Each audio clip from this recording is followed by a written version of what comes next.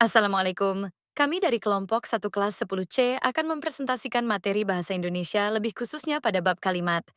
Kami membawakan judul Merangkai Cerita Bersamamu. Silakan disimak dengan baik ya. Di kesempatan kali ini Mita akan membahas beberapa poin berikut.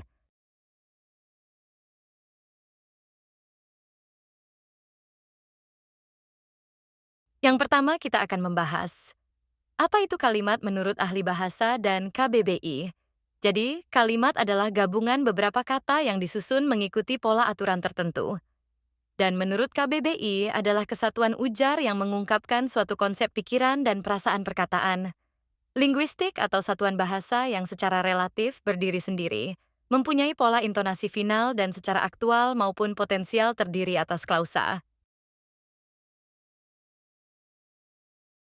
Berikutnya kita akan mengetahui apa saja ciri-ciri kalimat. Simak terus ya. Jadi ciri-ciri kalimat adalah dapat berdiri sendiri meskipun tidak ditambah kalimat lengkap. Kalimat yang terdiri dari satu klausa memiliki konjungsi, mempunyai intonasi akhir, adanya huruf kapital dan tanda baca. Sedikitnya memiliki subjek dan predikat, dan yang terakhir kesatuan bahasa yang memiliki fonem dan morfem. Apakah kalian tahu apa itu fonem dan morfem? Jadi fonem adalah unit bunyi terkecil dalam suatu bahasa yang dapat membedakan makna kata. Sedangkan morfem merupakan unit terkecil dari sebuah kata yang memiliki makna.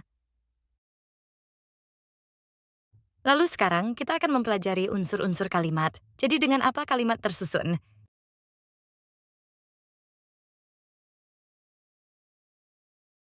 Jadi berikut adalah unsur-unsur kalimat. Yang pertama ada subjek atau pelaku, lalu predikat atau kata kerja, objek, kemudian pelengkap, dan yang terakhir ada kata keterangan tentang subjek, predikat, dan objek.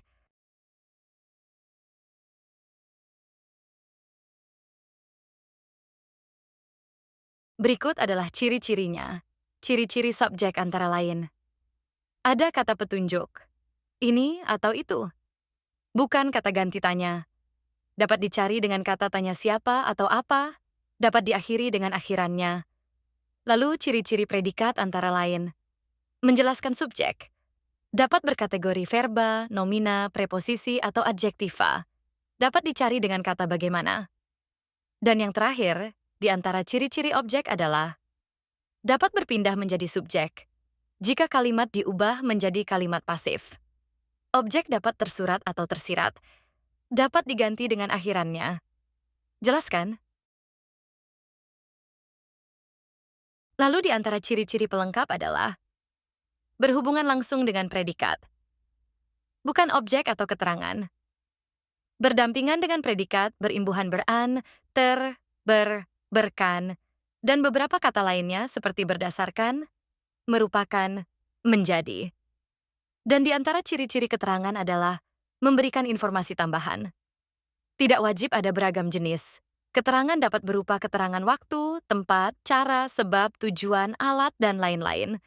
Semoga bisa dipahami ya. Ini adalah contoh kalimat yang lengkap dengan unsur-unsurnya. Abu Sultan sedang mengajar mapel bahasa Indonesia di kelas 10 semester ini. Mudah bukan? Berikut adalah penjelasan kalimat tadi. Abu Sultan sedang mengajar mapel bahasa Indonesia di kelas 10 semester ini. Subjeknya adalah Abu Sultan, lalu predikatnya adalah sedang mengajar, kemudian objeknya mapel bahasa Indonesia, dan yang terakhir keterangannya adalah di kelas 10 semester ini. Gampang betul kan? Lalu kita melanjutkan pada pembahasan kalimat tunggal dan kalimat majemuk. Tetap semangat untuk menyimak ya. Kalimat tunggal adalah kalimat yang hanya memiliki satu subjek dan satu predikat. Kalimat ini sederhana dan tidak memiliki klausa tambahan. Sedangkan bentuk kalimat yang kedua adalah kalimat majemuk. Kalimat majemuk dibagi menjadi tiga, yaitu kalimat setara, kalimat bertingkat, dan kalimat campuran.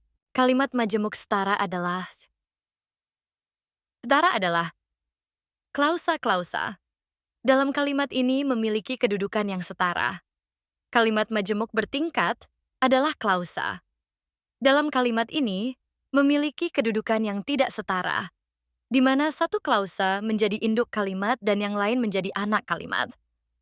Kalimat majemuk campuran adalah gabungan antara kalimat majemuk setara dan bertingkat.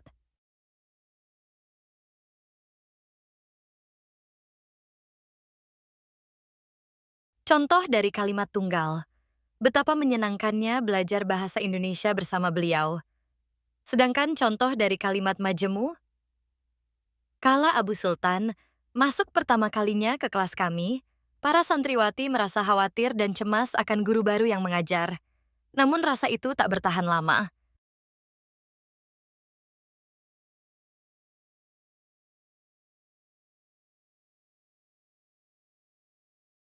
Pembahasan yang kelima, kalimat aktif dan pasif.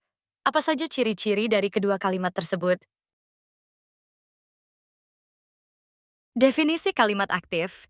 Jenis kalimat yang memperlihatkan subjek sebagai yang melakukan suatu tindakan. Definisi kalimat pasif. Bentuk kalimat dengan subjek berperan sebagai yang mendapatkan perlakuan sedangkan objek berperan sebagai pelaku. Siapa yang bingung cara membedakannya? Kalimat aktif dan pasif memiliki beberapa perbedaan. Tuh, dalam penggunaannya, kalimat aktif lebih sering digunakan dalam percakapan sehari-hari karena lebih langsung dan jelas. 2. Dalam strukturnya, kalimat aktif memiliki struktur subjek plus predikat plus objek.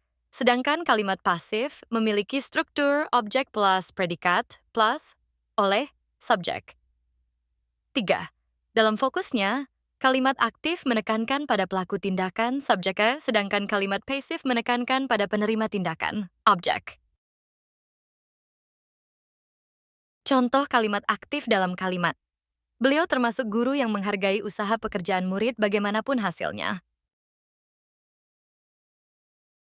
Contoh kalimat pasif dalam kalimat.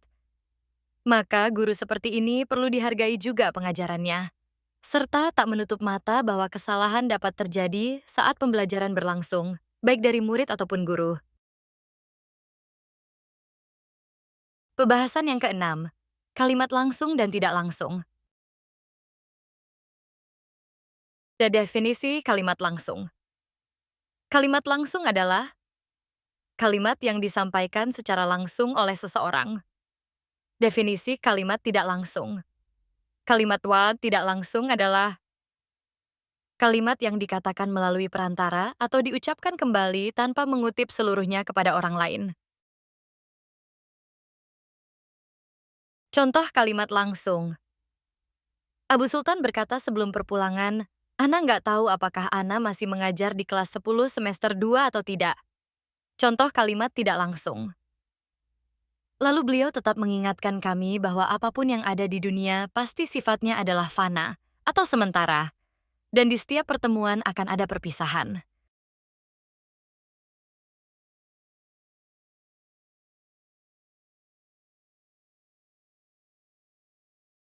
Perbedaan antara kalimat langsung dan tidak langsung. Kalimat langsung. 1. Mengutip langsung ucapan seseorang tanpa mengubah kata-kata aslinya. 2.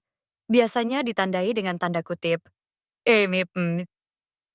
Kalimat tidak langsung. 1.